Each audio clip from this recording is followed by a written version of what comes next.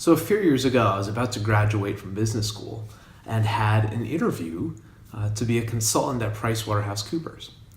So I reached out to my dad before the interview and I said, "Hey Dad, I got an interview at PwC coming up, any advice?" And he said, "Sure, I actually interviewed at PwC when I was just out of college for an accounting position. I do have some advice for you." I said, well great, let's have it." He goes, "Make sure you know how to work a pepper grinder."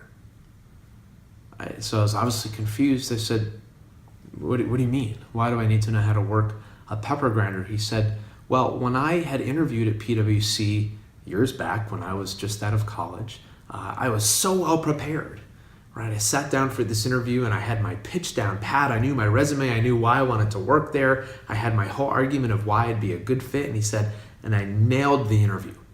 I did really, really, really well." I said, "Okay, so what's the problem?" He goes, "Well, after the interview, me, several other applicants to PwC, and the hiring partner all went out to lunch at a fancy restaurant.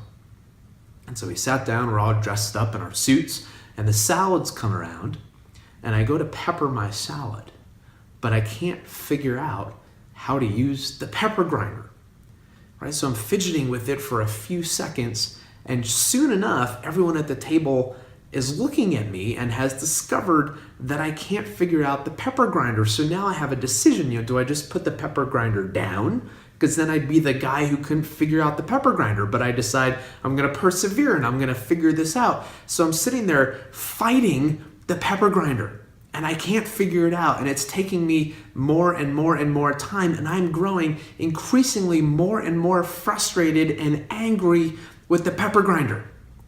And after a couple minutes, I finally get it to produce some pepper. But at that point, I was flustered and aggravated, and I was so embarrassed, right? And everybody at the table is looking at me, and I didn't get the job, right? So to this day, my dad still claims that he did not get the job at PwC simply because he didn't know how to work the pepper grinder at the fancy restaurant after the interview.